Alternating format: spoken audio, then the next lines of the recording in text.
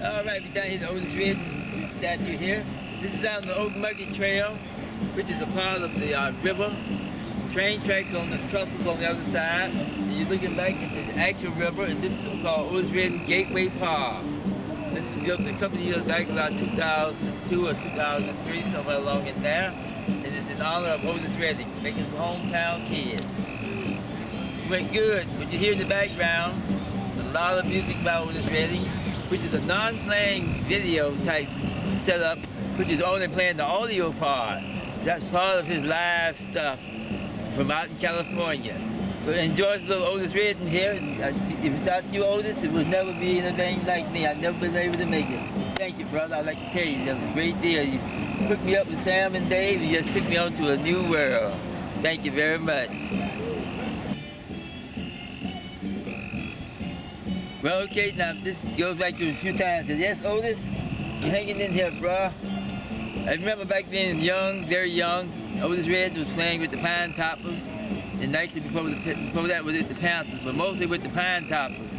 And there was Johnny Jenkins in the Pine Toppers. They was all playing around different fraternity shows and different little places around Macon and nightclubs and everything. And so I wanted to hang out. That's all I could do at the time. And they had a trumpet player named Sammy Coleman at the time. Sam and Dave were important to me because Otis is the one that sort of hooked me up, along with Phil Wallen and Alan Wallen, with Sam and Dave. After I played with Otis maybe once or twice, and went on and be with Sam and Dave for so many years. That was that was really nice because Johnny is the one that first sort of picked me out as a very young kid, just letting me hang out with them. By hanging out with them, I got a chance to listen to all the music and what was going on. I had a first hand, and actually I just knew exactly what was happening. And I used to go out to like Club 15 at Adams Lounge. That would be like a gopher for the band. I would just go around and help them do different things here and there. And eventually, I would be paying attention to the music because it wasn't really that much for me to do. I would help load and help unload, and other than that, I just hang around and listen to them play. So I learned a lot of stage presence by watching the different guys performing with them. And I also listened to the music. I learned exactly how to handle an actual group, an actual song, or anything that I had to come up with playing or anything like that. It was just awesome. It was just awesome. Those are awesome days. Some of the tours and things I actually started out with Otis Red was going out and just actually playing 2 or 3 songs, and then Coleman would just let me sit in and play 1 or 2 songs, and he'd come back and play. Then that magic day came. Sam and Dave made that call, and there I was. It's been years and years and years with Sam and Dave, and I really appreciate that. Tell us about San Francisco, Okay. if you will. Okay, the first time I went to San Francisco was with Sam and Dave. We played the Whiskey A Go-Go, and we were late getting there, and we just stayed out there and played for 7 days. But when we got there, we heard this loud noise coming from inside the club because we were 2 days late. Our bus had broken down, so we had to wait to get a bus to take us out there. So after going from Joplin, Missouri, nonstop all the way into California area, we get to the club, we dressed on the bus, and we marched into the club. As soon as we got to the door, no other than Jimi Hendrix was on stage performing. I had seen him before, but I didn't know that was until I actually saw him up close. Then I realized that was the guy that I used to see hanging around Macon with Johnny Jenkins, the father of Johnny Jenkins around. So that night I sort of said something to him about it. He sort of smiled, and he said, yeah, you know what you're talking about. And something like that. It was something like that. And it was a very good night. That was the first time I had ever seen him perform. And one of the sad things about the deal was after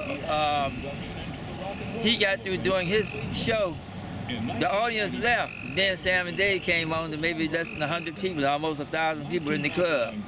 So that you know where he stood in California at that particular time. He was big, and he got bigger and bigger and bigger. Then he decided to go to Europe, and everything else is the history. He came back to America. He was a superstar. What happened with Otis out there at the festival, the Monterey Festival? Oh yeah, that was the Monterey Festival with Otis. That was a long shot. Phil and Alan booked them out there. I think more Phil. Excuse me. So Otis was a long shot playing for the hippies. So here I have hippies, and here come Otis Redding with Booker T and MGs. They dressed in nice suits, and they were the only act of his caliber. They were the only soul act on the show, and they tore the place apart. And that was the summer of '67. And that was Otis awakening to a new market, all entirely new. Otis came back to Macon with a new concept of how to market himself. He went straight for it. He didn't live too much longer, but that was his goal, to make sure he was going to cover that much music in a short period of time. He did a great job of it. Thank you, Newton, for your memories. Thank you, thank you. Thank you for bringing memories back. I was just listening to the music there. Fab, Fab, Fab. That's an interesting song. That was written by Steve Cropper. And, I always remember, I never could play that because of the beginning. And somebody showed me a little trick on how to play the lead trumpet part on that. And then after that, it was easy to play. It's just an interesting song to listen to. Where was that song cut? Do you remember? That's in Memphis. That's Stax. Now he did most of his work, and Otis did at Stax. Stax Records, right? And Booker T and the MGs were basically the band behind them. Okay. Anything else? In about 6 years, he had, as everybody knows now, he had an unbelievable amount of activity going on. You would think the man never slept, but he did sleep. But he was so business structured that he could do this, and it wouldn't bother him. His mind was always working on the next song, no matter what. It worked for him. It probably wouldn't work for nobody else, but for Otis, it all worked out perfect. And I really miss him as of today.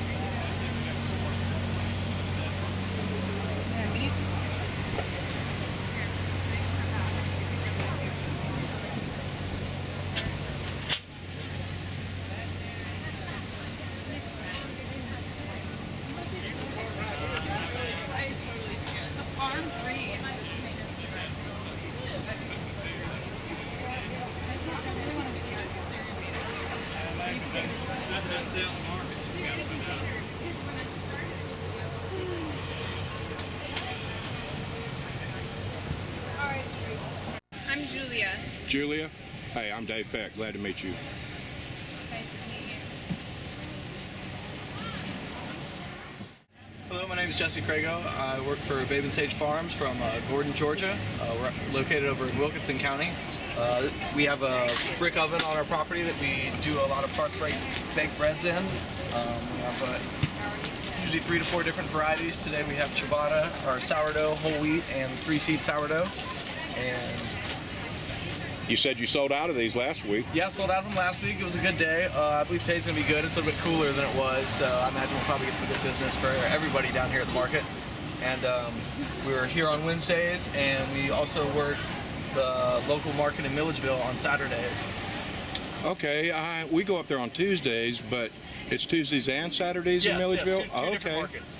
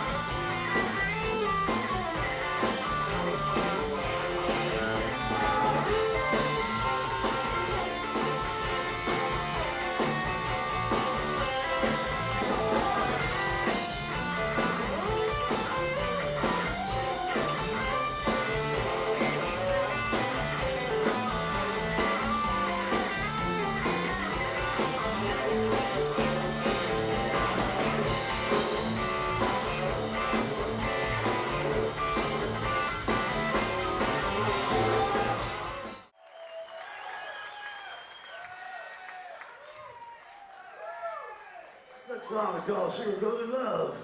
1, 2, 1, 2, 3.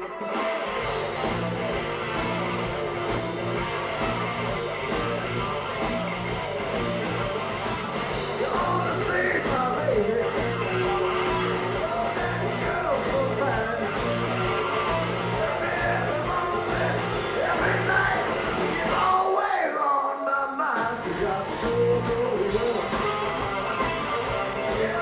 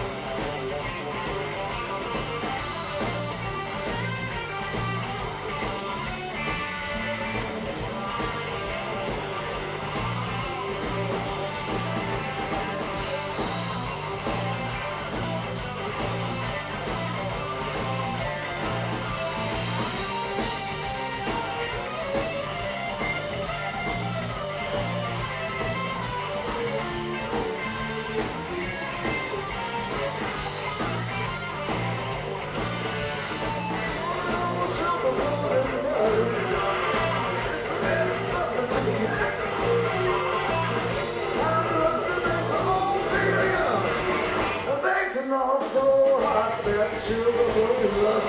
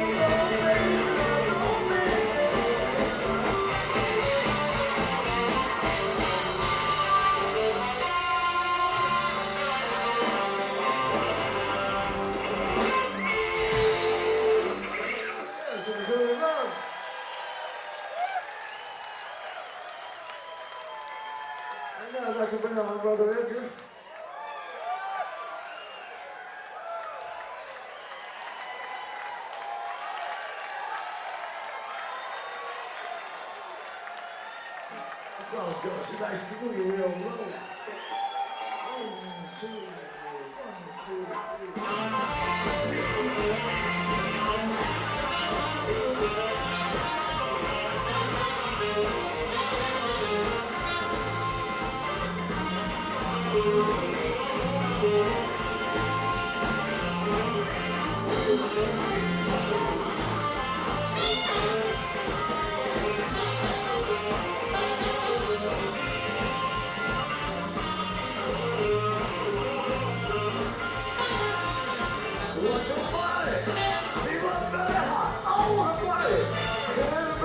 'Cause she likes to boogie real low.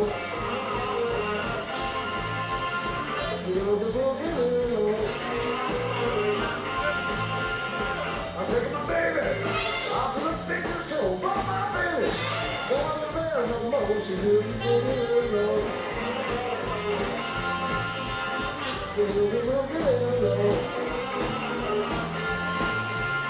I love my baby. I love her by myself. What does she do? For no one else, she likes to go real low.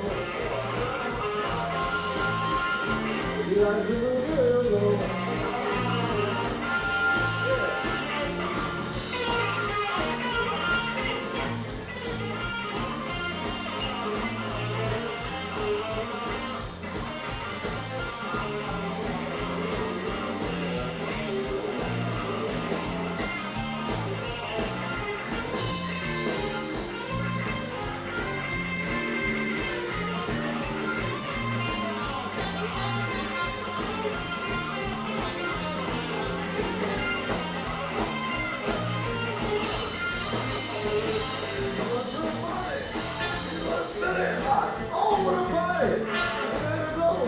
She likes to go real low.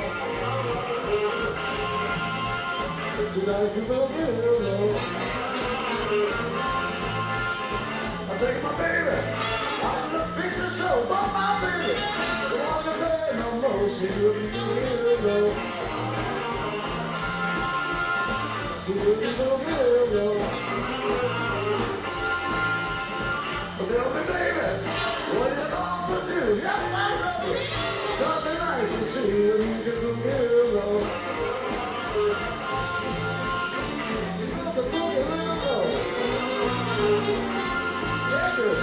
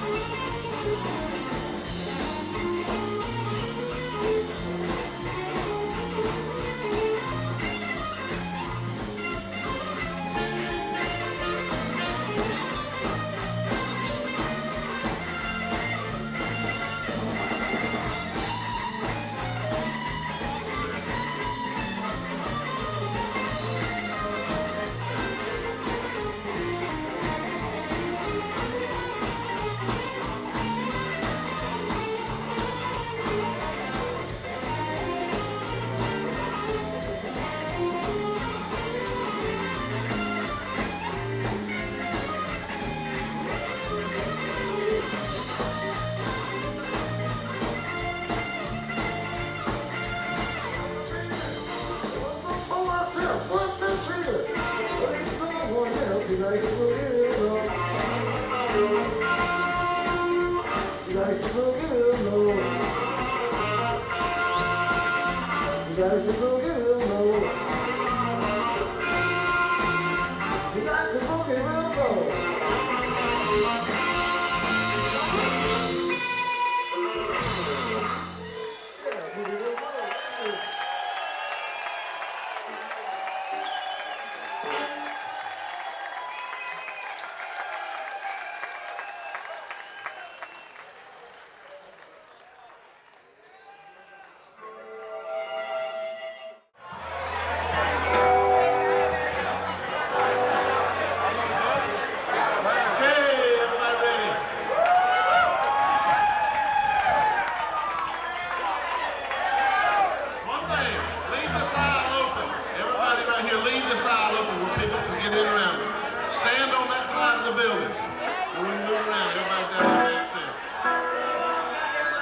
is.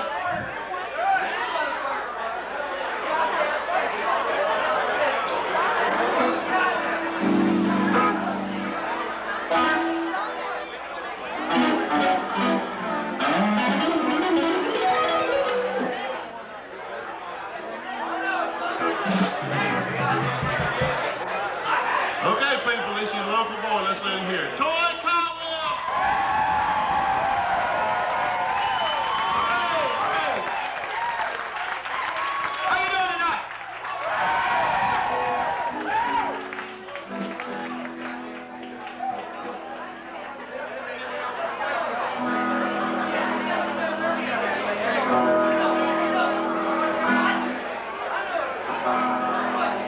Yeah, like I usually do over here, I'm going to be doing a bunch of tunes I've written over the last 15 or 20 years for you. Hope you remember some of them. Little thing I wrote off the Searching for a Rainbow album called Bob Away My Blues.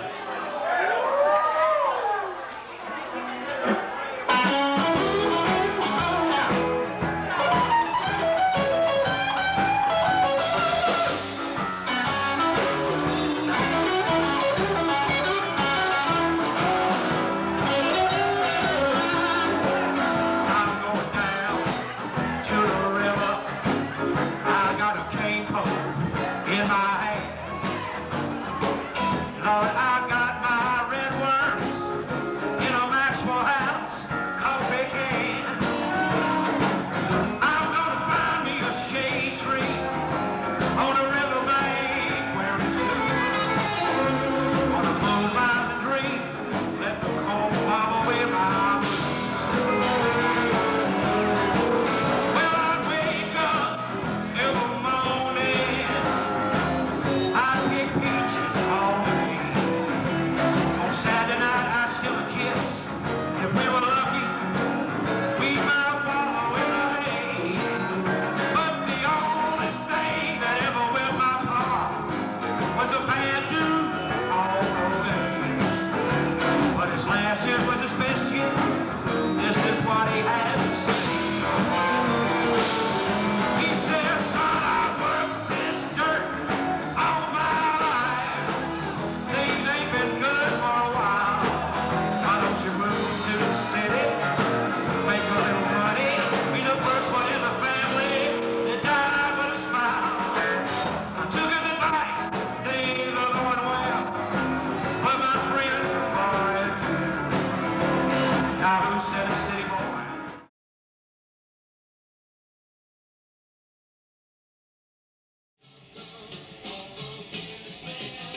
Welcome to the Radio Collar segment of Maconga Music City Limits. If I was a DJ and they'd let me play stuff on the radio, one of my first choices would be Johnny Jenkins' Tom Tom McCoo.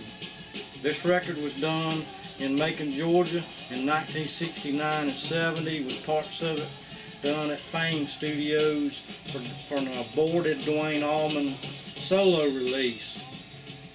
Johnny Sandlin and Phil Walden got Macon native and legendary guitarist and singer Johnny Jenkins in the studio with Dwayne Allman and Barry Oakley, J-Mo, Butch Trucks, Pete Carr on guitar, Paul Hornsby on keyboards, Johnny playing drums. I mean, you got the members of the Allman Brothers and the Hourglass members here doing some incredible material, including Dr. John's I Walk on Gilded Splinters, Jackie Avery's Voodoo and You,